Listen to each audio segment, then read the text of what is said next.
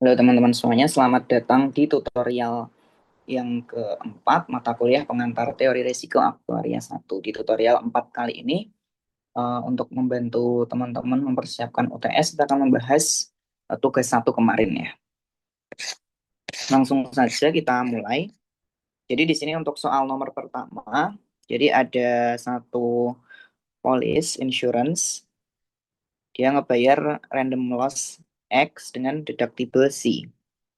Di mana di sini C itu besarnya antara 0 sampai 1.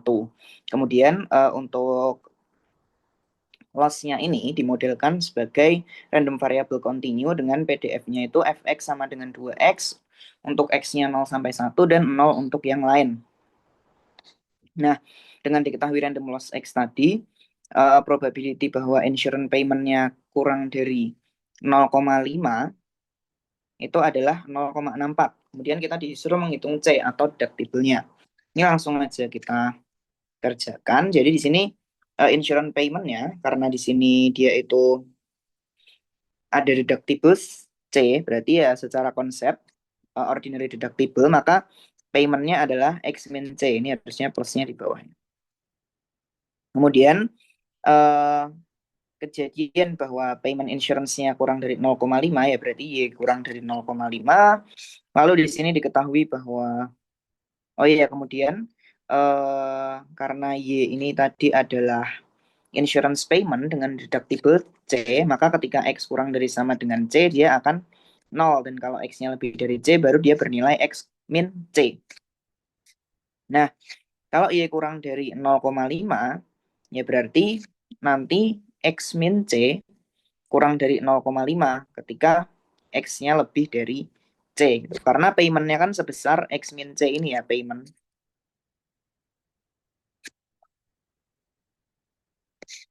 Sama juga untuk yang X kurang dari sama dengan C.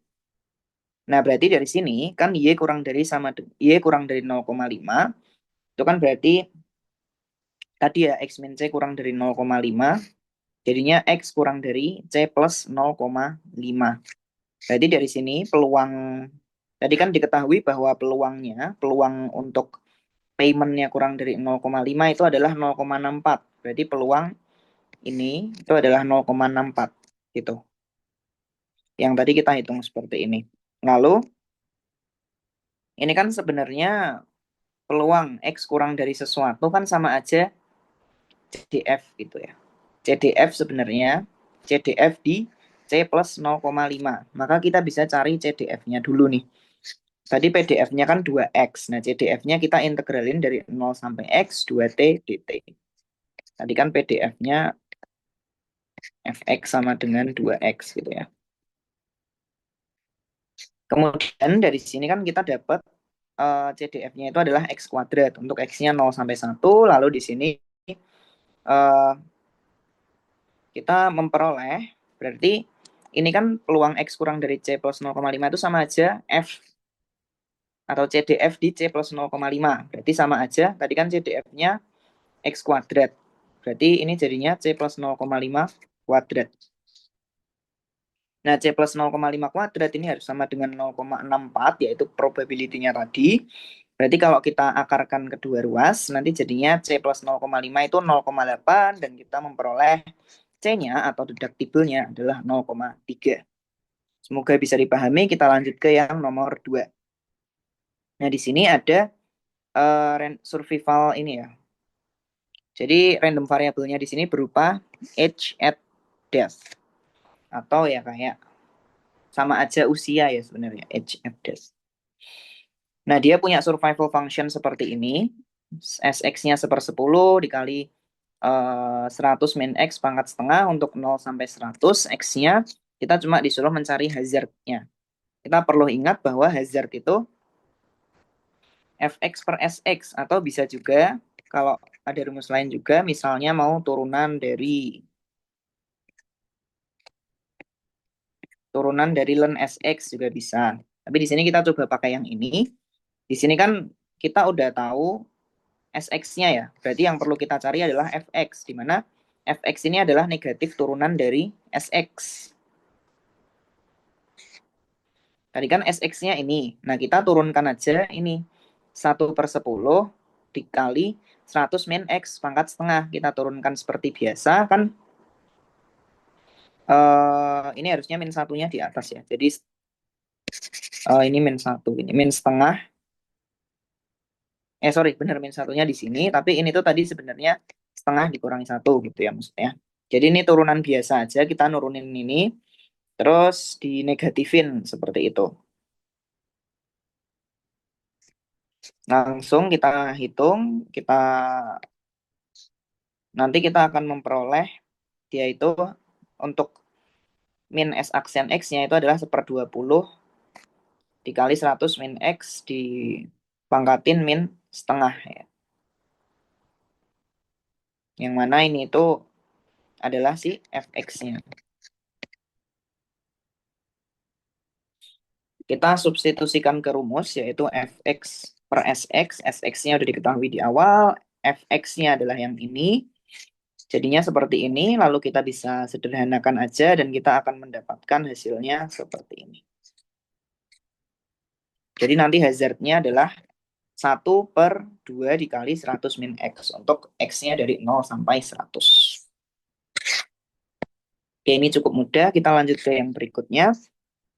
Di sini ada X, random variable Pareto. Pareto dengan 2 parameter alpha theta. Dengan PDF-nya seperti ini. Alpha theta pangkat alpha dibagi X plus theta pangkat alpha plus 1. Dengan alpha lebih dari 1, theta lebih dari 0, dan X-nya lebih dari 0. Dan 0 untuk yang lain PDF-nya ya. Terus kita diminta untuk menghitung mean sama varians dari X, sama kemudian kita diminta mencari koefisien variasi. Oke, kita hitung manual ya. Kita perlu ingat kalau mean itu kan ekspektasi, yaitu integral dari X Fx dx. Gitu ya. Sedangkan untuk varians itu, kalau varians itu sebenarnya banyak cara, bisa dengan ekspektasi dari X min mu kuadrat, bisa juga dengan ekspektasi X kuadrat dikurangi ekspektasi X dikuadratkan. Nah, di sini kita cari ekspektasi X-nya dulu. Di sini ini soal ngeintegralinnya ya. Jadi di sini berarti X dikali ini PDF-nya. Kemudian untuk menyelesaikan ini kita substitusi ya. U sama dengan X plus theta. Berarti kalau di situ X sama dengan U min theta. Yang ini berarti dx sama dengan du. Maka nanti kita integralnya berubah jadi seperti ini. Ininya du. Kemudian kita solve biasa aja di sini. Kan di sini ada dikali ya. Jadi ini U dikali ini, kemudian theta juga masing-masing dikali ini.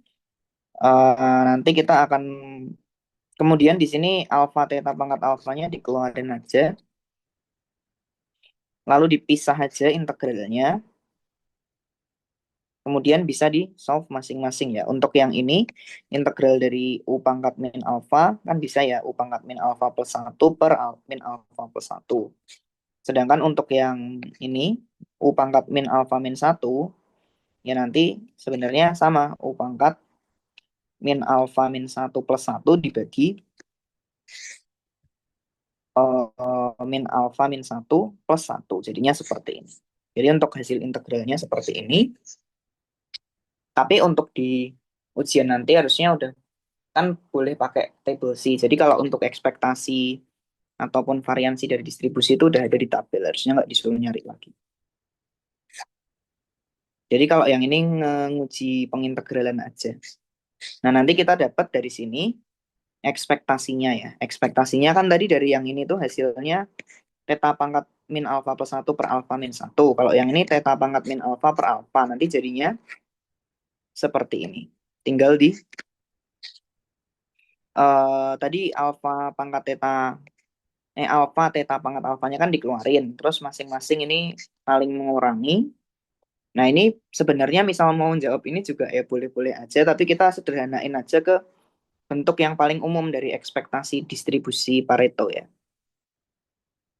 Ya, jadi Ini bisa kita sederhanakan aja dan nanti kita akan mendapatkan hasilnya adalah theta per alfa min 1 untuk ekspektasinya.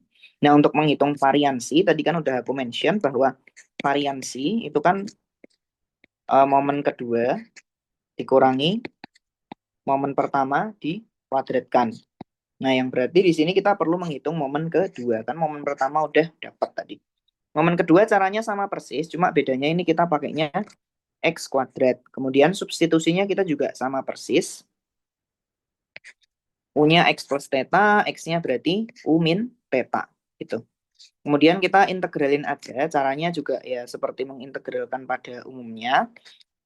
Dan kemudian, oh iya sebagai catatan, di sini karena nanti itu hasil integralnya itu kan ada 2 min alfa. Yang mana nanti di akhir hasilnya adalah alfa min 2. Nah itu kita harus syaratkan bahwa ini itu untuk alfa lebih dari 2. Karena kalau misal alfanya nggak lebih dari 2, maka nanti misal alfanya 2 dia kan berarti undefined. Tapi kalau misal alfanya kurang dari 2, dia bisa negatif. Padahal nggak apa Pareto kan dia positif ya. Loss nilai dari distribusi Pareto kan positif. Ya nggak mungkin dong ekspektasinya nanti jadi negatif. Atau momen keduanya negatif kan nggak mungkin. Terus selanjutnya, tadi kan kita udah punya ini ya dari yang hasil tadi. Hasil kita menghitung di ekspektasi X tadi kan kita udah punya untuk yang integral U pangkat min alfa. Yang U pangkat min alfa min 1 juga udah punya. Terus ini juga udah punya ya yang U pangkat 1 min alfa. Kan tadi kita ini hitung masing-masing ya satu-satu. Kemudian kita gabungin aja, kan bentuknya seperti ini. Kita bisa sederhanakan. Menjadi, nanti mungkin ini nyederhanainnya, pertama kita faktorin yang theta pangkat 2 min alfa. Terus habis itu kita nanti dapat ya ini. Dan tinggal kita jumlahkan aja ini pecahan.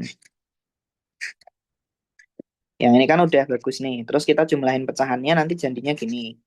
Nah, nanti kita dapat momen keduanya adalah, ini nge-cancel ya, alfa sama alfa.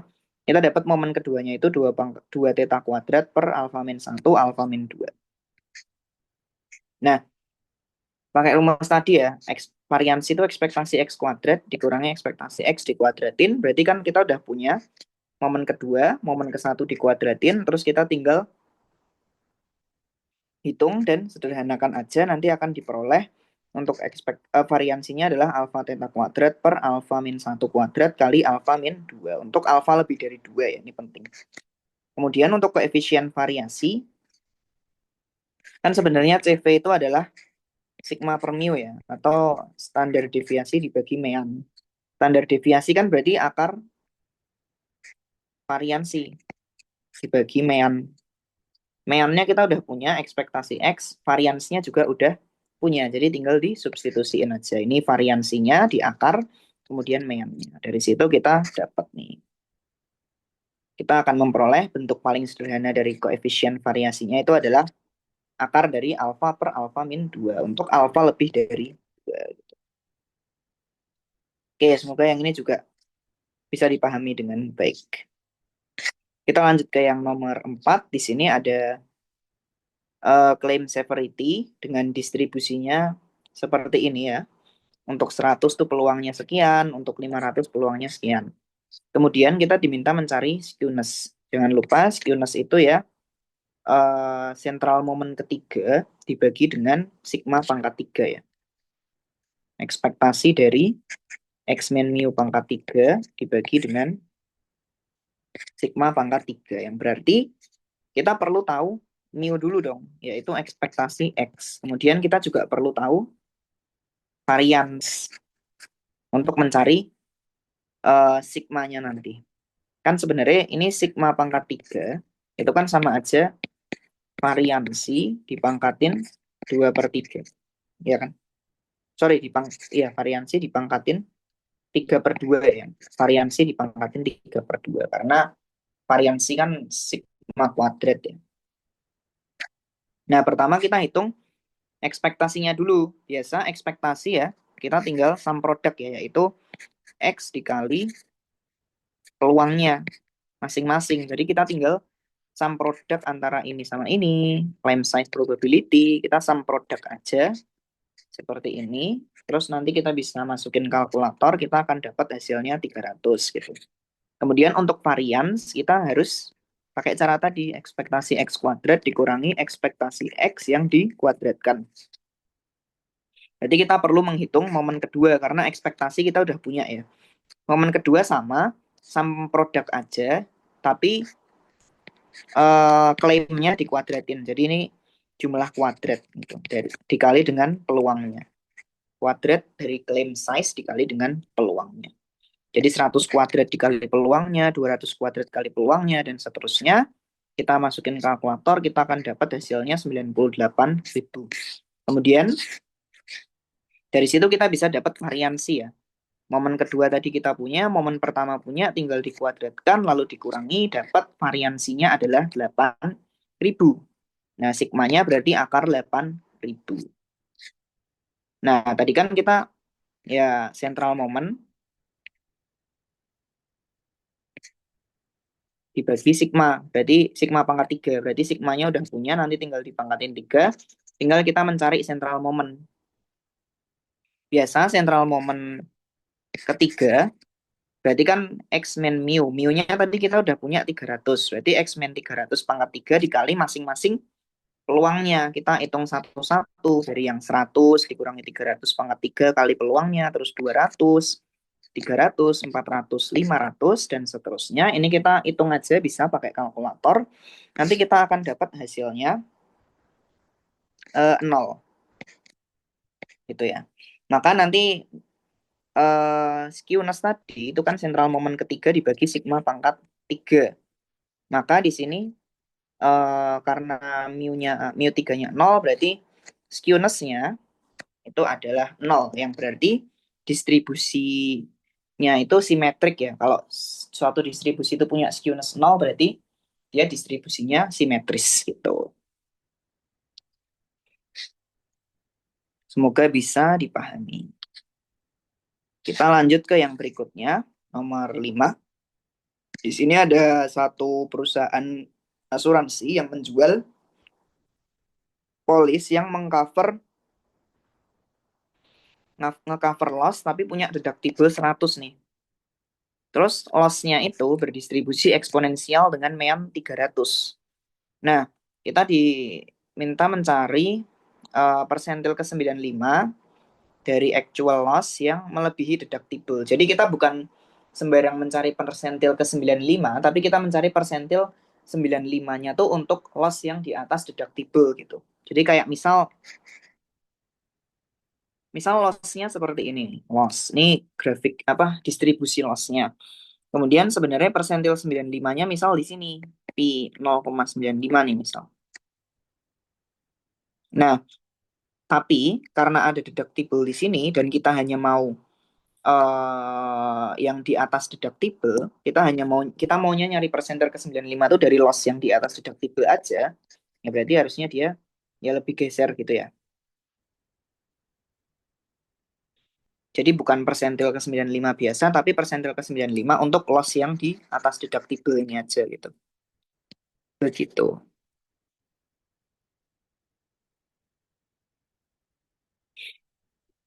Nah, di sini oke, jadi berarti distribusi eksponensialnya di sini lambda, kalau kita gunakan lambda berarti dia lambdanya adalah 1/300 ya, karena meannya eksponensial kan 1/lambda.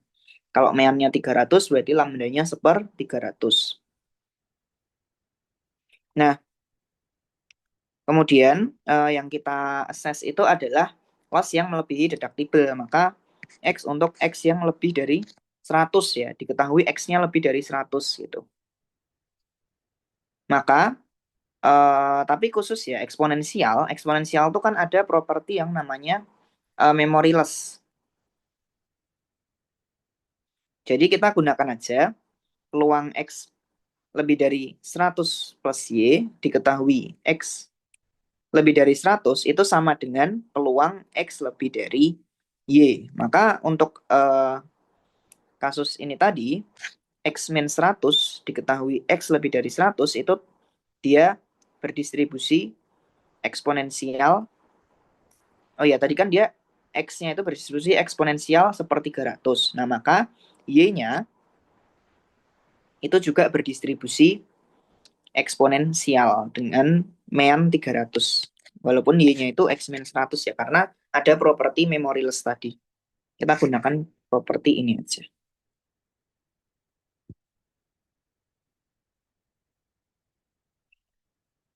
Nah, kita mau persentil ke 95 dari X diketahui X lebih dari 100. Berarti kayak secara definisi, kan persentil ya sama aja. Misal persentil 95 ya berarti ini adalah kalau di sini ya nilai X yang mengakibatkan si probability-nya tuh 95 gitu kan. Nah, kalau ini ditambahi ada diketahui X lebih dari 100 gitu. Yang mana ini jadinya ekuivalen dengan peluang Y kurang dari sama dengan X min 100. Pakai karena ada ini ya, yang ini tadi hubungannya dari memoryless property tadi juga. Nah, untuk exponential distribution, ini nanti FY, itu kan ya CDF-nya ya, nanti bisa dicek di si table, CDF-nya itu 1 min E pangkat min lambda Y. Jadi tinggal kita cocokkan aja CDF. Ini untuk CDF di Y ya tadi. Jadi kita cocokin aja, kita dapat untuk FYY itu sama dengan 1 min ini, dimana tadi kan dia eksponensial dengan meannya 300 ya, berarti ini lambdanya seper 300 gitu, jadinya ini per 300 yang itu sama dengan 0,95 karena persentilnya tadi 95 yang persentil ke 95 yang kita cari.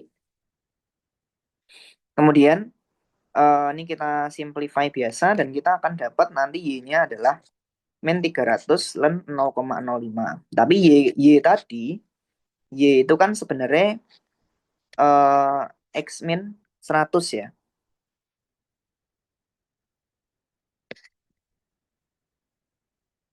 Yang mana X itu adalah 100 plus Y. Berarti karena yang mau kita cari adalah yang X, maka ini ya, X tadi kan sebagai persentilnya ya, ini.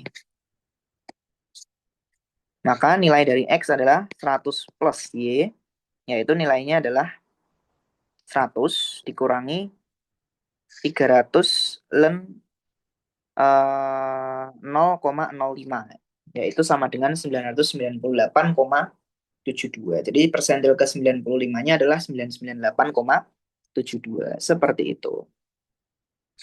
Kita lanjut ke yang nomor 6. Jadi sini ada company yang mengasuransikan rumah di 3 kota, yaitu JKL. Nah, terus di sini diasumsikan bahwa loss yang terjadi di kota-kota ini itu independen.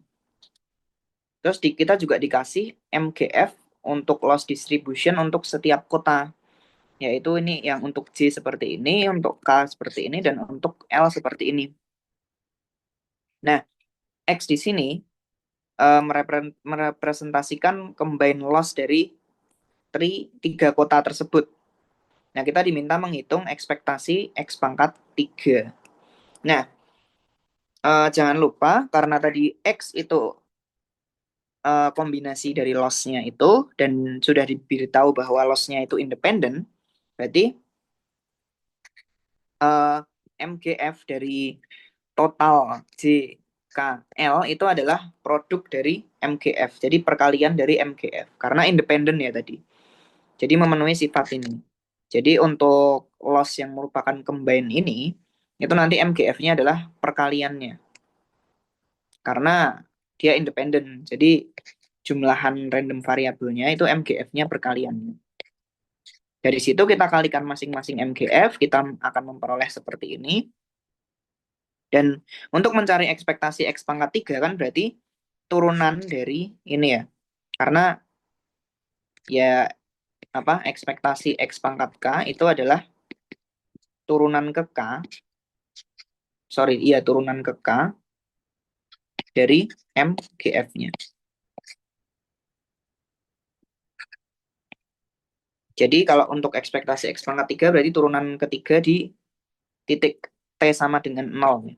Jadi ini kita turunin aja sampai ketiga kalinya. Kita dapat turunan ketiganya seperti ini dan kita substitusi T sama dengan 0, kita akan memperoleh ekspektasi X pangkat 3-nya adalah 10.560. Ini cukup mudah. Kemudian lanjut ke nomor 7, di sini ada 10 random variable independen yang masing-masing berdistribusi uniform di 0, 1. Kita suruh mengestimasi probability bahwa jumlah dari variabelnya itu melebihi 6. Nah, ini kan berarti kayak jumlahan random variable uniform gitu ya. Kita definisikan sebagai S, yang mana XI ini masing-masing uniform 01 yang independen. Dan S ini adalah jumlahan ya, karena kita yang pengen kita cari adalah probability bahwa jumlah semua variabel ini melebihi 6. Jadi kita jumlahin aja variabelnya. Jadinya sigma XI seperti ini. Dan di mana mereka tuh XI-nya tuh masing-masing independen ya. Nah, di sini kita bisa menggunakan central limit theorem untuk mengaproksimasi ya. Kan kita kalau pakai central limit theorem kan berarti kita menggunakan normal standar. Kita harus standarisasi gitu. Nah, kita memerlukan ekspektasi sama variansi. Ekspektasi S sama variansi X. Karena nanti untuk mencari ini, probability melebihi 6, kan kita pengen tahu probability S melebihi 6. Ya berarti kan kita perlu menormalisasi. Jadi nanti sama aja kita akan memerlukan gitu. Kan kalau untuk probability lebih dari 6 kan sama aja, 1 dikurangi CDF kan.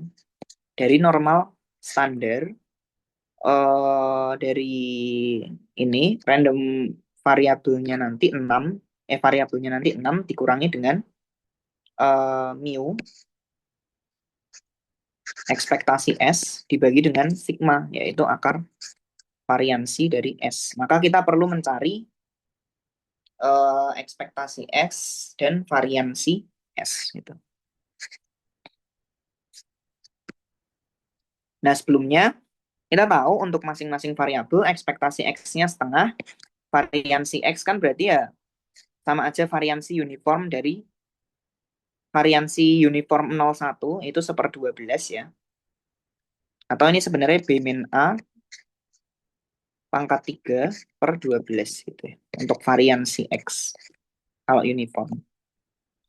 Kemudian ekspektasi S karena dia independen, maka sebenarnya ekspektasinya itu ya masing-masing kan sebenarnya ekspektasinya setengah tuh. Berarti kita tinggal 10 dikali setengah. Karena ada 10 random variabel yang masing-masing ekspektasinya setengah. Jadinya 5. Kemudian untuk variansi juga sama.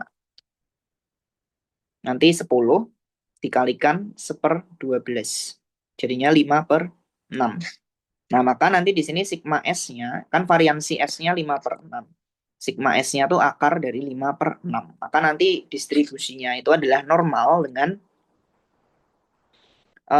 mu-nya 5, sigmanya 5/6. Jadi kita tinggal hitung aja peluang S lebih dari 6. Tapi sebelumnya kalau di sini dia hitung Z-nya dulu. Di sini kita, waktu itu aku ngitungnya, ngitung Z-nya dulu. Sebenarnya sama aja ya. Soalnya ini sebenarnya juga kita nge-standarisasi biar ke Z gitu kan. Z-nya kan normal standar. Jadi ini sama ya. Ini ini X min mu per sigma untuk standarisasinya. Ini kan X-nya 6 atau S-nya ya mungkin di sini. Dikurangi mu dibagi sigmanya akar 5/6. Nanti kita dapat hasilnya akar 6/5. Nanti berarti kita tinggal cari aja peluang Z lebih dari akar 6/5. Yang ini nanti ada di tabel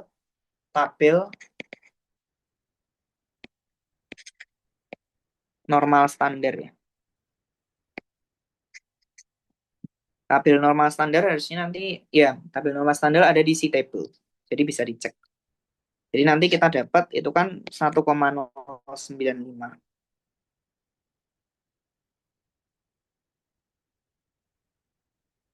Oh sorry, 1,095 itu akar dari 6 per 5. Nah, ini kita mencari peluang Z lebih dari 1,095. Yang ini nanti baru kita cari di table normal standar yang 1,095 ini. Gitu. Nanti hasilnya adalah 0,1363. Seperti itu. Kita lanjut ke nomor 8. Di sini ada X dan Y, IID, identically and independently distributed, identical and independent intinya dia, dan MGF dari X plus Y, atau di sini mungkin enaknya M X plus Y T, itu adalah seperti ini, dengan T-nya minta hingga sampai tak hingga, antara minta hingga sampai tak hingga, terus peluang, kita diminta mencari peluang X kurang dari atau sama dengan 0. Gitu. Nah, karena tadi X sama Y itu independen, berarti kan sebenarnya MX plus Y itu adalah hasil perkalian dari MX sama MY.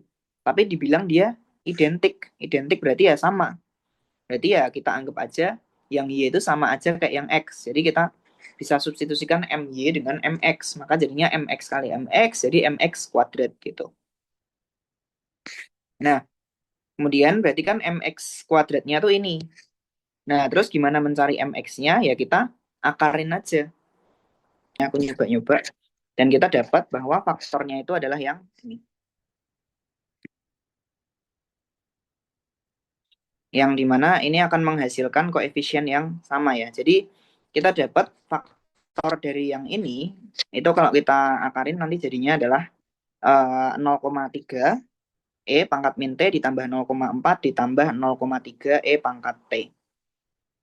Nah, kita tahu kalau MGF itu kan ekspektasi E pangkat TX. Yang mana ini adalah jumlahan dari E pangkat TX dikali peluangnya.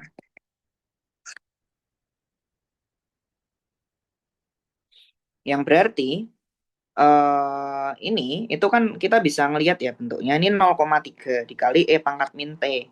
Yang berarti kan sebenarnya peluangnya itu adalah 0,3 terus E pangkat min X-nya gitu. Jadi kayak 0,3 ini peluangnya, terus E pangkat min 1 kali T, berarti kan peluangnya adalah 0,3, X-nya min 1.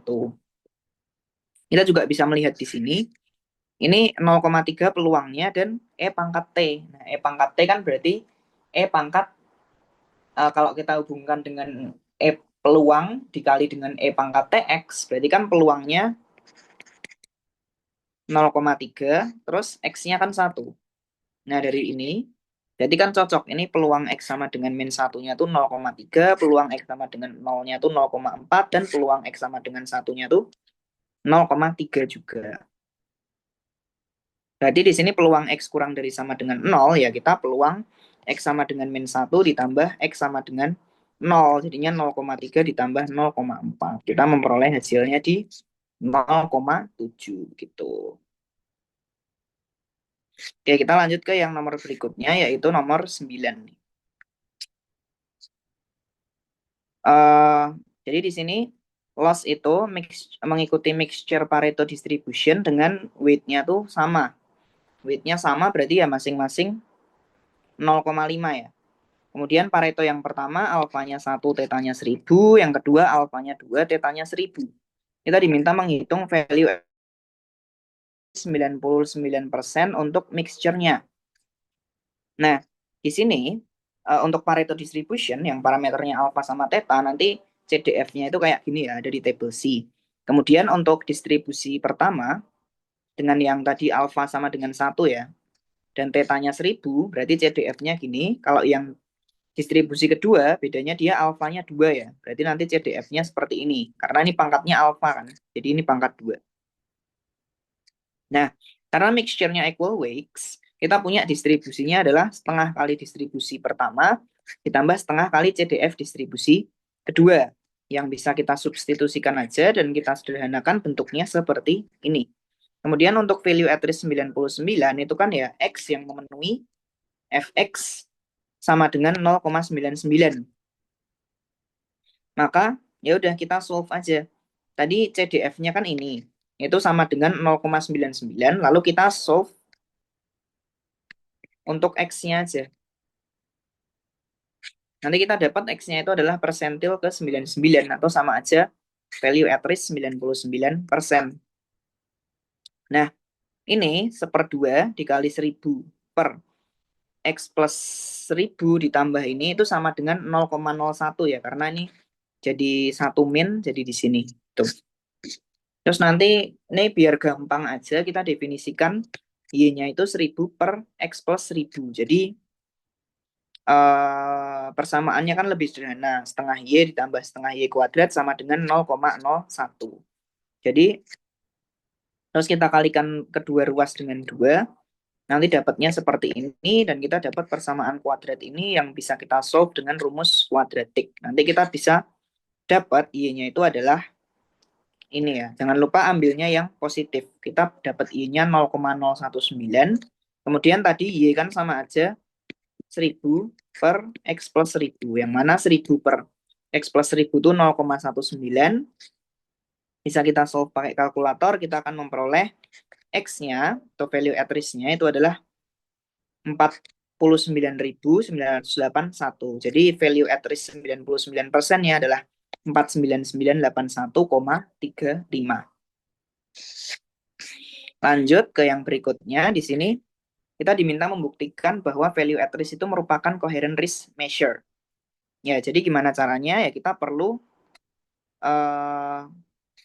properties ini ya. Jadi sebenarnya ada 4 ya coherent risk measure ini. Translation invariance, yaitu rho x plus c sama dengan rho x ditambah c, terus positive homogeneity, rho cx sama dengan c rho x, subadditivity itu rho x plus y kurang dari sama dengan rho x plus rho y, dan monotonicity yaitu rho x kurang dari sama dengan rho y jika peluang x kurang dari sama dengan y sama dengan 1. Nah, untuk value at risk di level P, kita definisikan seperti ini, dan kita perlu nanti cek nih, apakah value at risk ini memenuhi keempat properti tersebut. Nah, kita ke translation invariance dulu. Untuk X plus C, itu kan nanti distribution function-nya jadi seperti ini ya. Fx plus C untuk X itu X plus C kurang dari sama dengan X sama dengan peluang X kurang dari sama dengan X min C. Berarti kalau disederhanain. Yang mana ini sama aja Fx di X min C. Jadi Fx plus C di X itu sama aja Fx di X min C. Nah, berarti kuantil ke P dari si X plus C ini tuh kayak kegeser sebesar C. Yang mana berarti value at risk-nya itu dia untuk X plus C itu sama aja value at risk di X, value at risk X plus C gitu. Berarti terpenuhi. Kemudian untuk positive homogeneity, itu untuk C lebih dari 0. Di sini kan C-nya lebih dari 0, maka di sini CDF dari CX itu kan seperti ini. CX kurang dari sama dengan X. Nah, itu sama aja peluang X kurang dari sama dengan X per C, yang berarti itu Fx X per C. Nah, berarti kuantil ke P itu dia cuma beda scale by C. Ya, berarti otomatis var CX itu sama dengan C var X. Jadi dia satisfied juga. Kemudian untuk monotonicity, untuk jika peluang X kurang dari sama dengan Y sama dengan 1, maka untuk setiap X itu peluang Y kurang dari sama dengan X kurang dari sama dengan peluang X kurang dari sama dengan Y. Nah, maka kan seperti ini. CDF Y di X kurang dari sama dengan CDF X di Y. Nah, maka kuantil ke P untuk X itu nggak bisa nih melebihi kuantil ke P di Y. Jadi kayak ya pasti memenuhi gitu. Jadi dia memenuhi ya untuk monotonicity. Terus terakhir di subadditivity. Apakah berarti kan kalau mau memenuhi subadditivity kan dia harus selalu memenuhi var X plus Y kurang dari sama dengan var X ditambah var Y. Nah, sebenarnya kita di sini cek ada satu counter example gitu. Nah, ketika ada kita menemukan satu counter example aja itu maka udah cukup untuk membuktikan bahwa dia itu nggak memenuhi. Kita ambil satu counter example. Misal X sama Y itu independent random variable dengan peluang X sama dengan 0-nya 0,96, peluang X sama dengan 10-nya 0,04, dan peluang Y sama dengan 0-nya 0,96, peluang Y sama dengan 0-nya juga 0,04, nih sama ya. Nah, kita ambil P-nya 0,95. Nah, buat setiap variabel, nanti kan ini peluang X sama dengan 0, sama dengan 0,96 ya, berarti lebih dari 0,95. Berarti kan kayak dia var 0,95-nya tuh 0 ya, karena peluang ya karena ini di X sama dengan 0 tuh dia melebihi 0,95. Dan var yang Y juga sama. Sedangkan untuk distribusi X plus Y, itu kan peluang X plus Y sama dengan 0, berarti 0,96 kuadrat, yang itu sama dengan 0,92. Kalau peluang X plus Y sama dengan 0, itu kan berarti ya 2 dikali 0,96 dikali 0,04, yang itu adalah 0,07. Kemudian peluang X plus Y sama dengan 20, itu adalah 0,04 kuadrat. Nah, maka dari itu, di sini kan peluang X plus Y kurang dari sama dengan 0. Kurang dari sama dengan 0 itu 0,92. Nah, itu kurang dari 95. Tapi kalau yang peluang X plus Y kurang dari sama dengan 10, itu 0,99, dia lebih dari 0,95. Berarti kayak var 0,95 dari X plus Y di sini adalah 10 gitu. Padahal ya berarti nggak memenuhi, karena dalam kasus ini aja kita bisa membuktikan satu kasus di mana justru di sini var X plus Y-nya itu malah lebih dari var X plus var Y. Maka dari satu counter example itu di situ membuat si monotonicity ini jadi nggak satisfied, yang berarti dia value at risk itu hanya memenuhi translation invariance, positive homogeneity, monotonicity, dan nggak selalu memenuhi subadditivity. Sorry, tadi itu subadditivity ya. Ya, ini harusnya subadditivity.